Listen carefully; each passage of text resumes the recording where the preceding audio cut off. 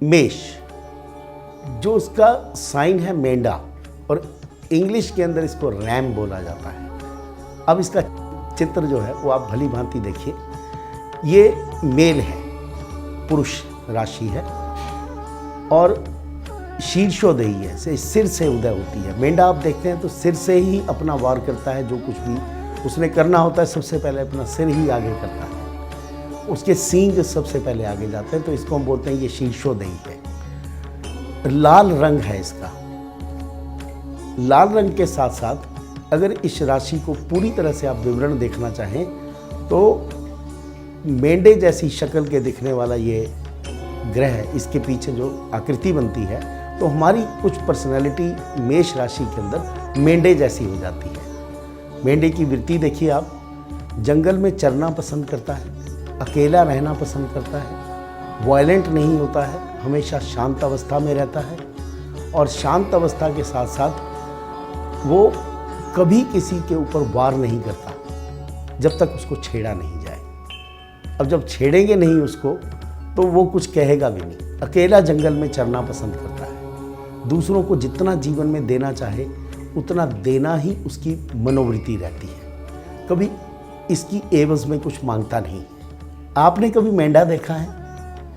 अगर आप मेंढा देखेंगे तो उसकी शक्ल को देखिए, एक फ्यूरियस लुक, एक थोड़ा सा लुक ऐसा नज़र आता है जैसे मान लीजिए ये अभी मारेगा, लेकिन ऐसा नहीं है, बहुत प्यारा जानवर है। आंखें देखिए गोल होती हैं, चेहरा भी इसका गोल होता है, चेहरे पर कोई ना कोई आपको निशान अवश्य मिलेगा, जैसे तिल का निशान होता है, बाकी चीज़ें, और एक ब्रॉड सा फोरहेड, मतलब जो इसका माथा है बहुत चौड़ा होता है। इस राशि में जन्मे हुए व्यक्ति ऑलमोस्ट इसी शक्ल के होते हैं, बहुत मन के भोले होते हैं। आपने कभी बकरे को देखा है? किसी तरह से जाते हैं, उसको स्लॉटर कर देते हैं, उसकी बलि चढ़ा देते हैं, उसको बेचारे को मालूम ही नहीं होता कि कब मेरी बलि चढ़ाई जाएगी। और जब आप उसको अच्छी तरह से, उसको मालूम भी नहीं पड़ता, केवल एक ही शब्द बोलता है, मेरे को, क्योंकि मैंने किसी का कुछ किया नहीं, मैंने किसी का बुरा नहीं किया, तो उसके शब्द, उसके मुख से एक शब्द निकलता है, मैं मीन्स आई। अहम भाव, अहंकार कूट कूट के भरा होता है मेष राशि वालों में। लाल रंग मैंने इनको दिया है, रेड कलर होता है, तो आंखें भी रेड होती हैं और चेहरे पर एक लालगी, एक नूर अलग तरीके से मेष राशि वालों के झलकता है चेहरे से। अब जब आई बोला तो मैं हमेशा इनका रहा, मैं हमेशा सबसे आगे रहना चाहता हूँ, जो कार्य करूँ वो मैं करूँ, लेकिन उसकी एवज में कम से कम मुझे शाबाशी तो दे दो, ये एक्सपेक्ट जरूर करते हैं जीवन के अंदर। और मेष राशि वालों को आप देखेंगे कि अगर इसी मेंढे से ही आप इसको कंपेयर करें तो इसका स्वामी हमने रखा मंगल। अब मंगल की उपमा किससे की जाती है? हनुमान जी से। अब जब हनुमान जी से उपमा की तो वो राजा तो है नहीं, हाँ राजा के सेकेंड इन कमांड अवश्य है। जो कार्य राजा नहीं कर पाता है वो ये बड़ी आसानी से कर लेते हैं। और इसीलिए हमने मंगल को, जब ग्रह को देखा तो उसको हमने क्या कहा, ये chief of the army staff है देवताओं का, राइट के लिए लड़ता है, अच्छे कार्य के लिए लड़ता है, क्रिमिनल माइंड नहीं होता है, क्राइम नहीं करता है। ये लोग व्यवसाय में जाएंगे तो मेंढा कहाँ चरता है? एग्रीकल्चर। अगर खेतों में चरता है तो हम उसको कहेंगे कि ये खेतीबाड़ी कर सकता है, एग्रीकल्चर में जा सकता है, पेड़ पौधों से इसका ताल्लुक होगा। भूमि का पुत्र बताया गया है इसको। अब अगर भूमि का पुत्र है तो भूमि पर जितने भी वनस्पतियां पैदा होती हैं तो उनमें भी इसका कोई ना कोई इंटरेस्ट अवश्य होगा, तो उस फील्ड में भी जा सकता है।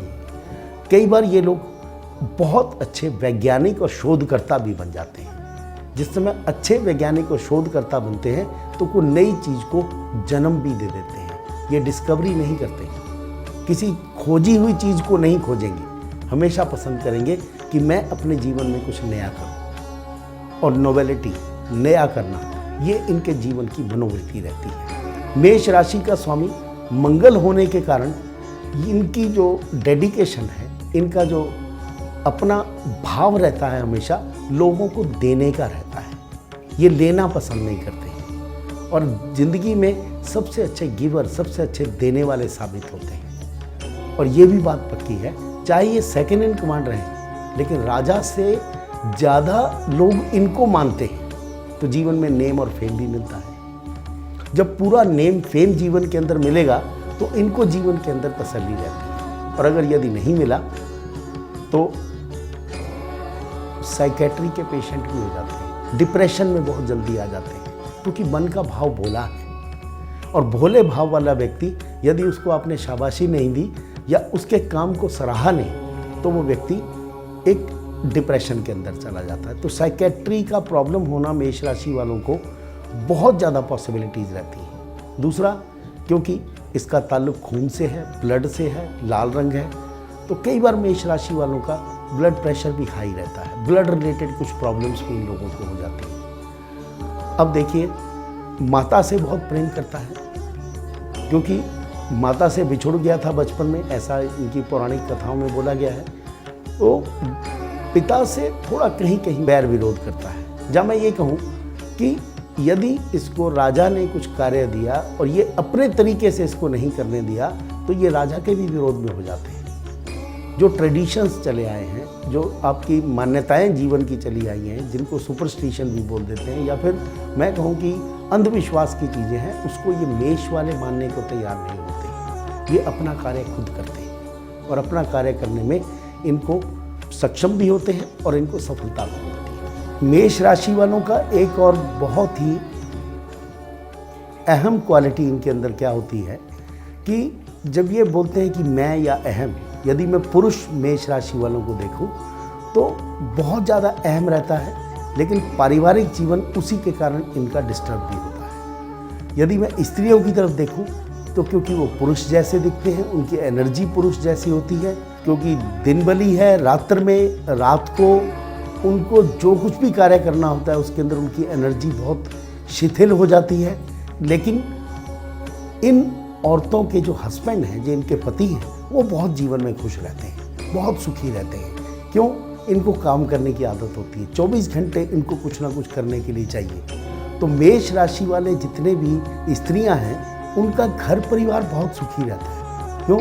एक वृत्ति मेष की देने की, हमेशा देना चाहते हैं, सेवा करना चाहते हैं, हमेशा कुछ करना चाहते हैं जीवन के अंदर, तो ये उनके पारिवारिक जीवन के लिए बहुत ही अच्छा हो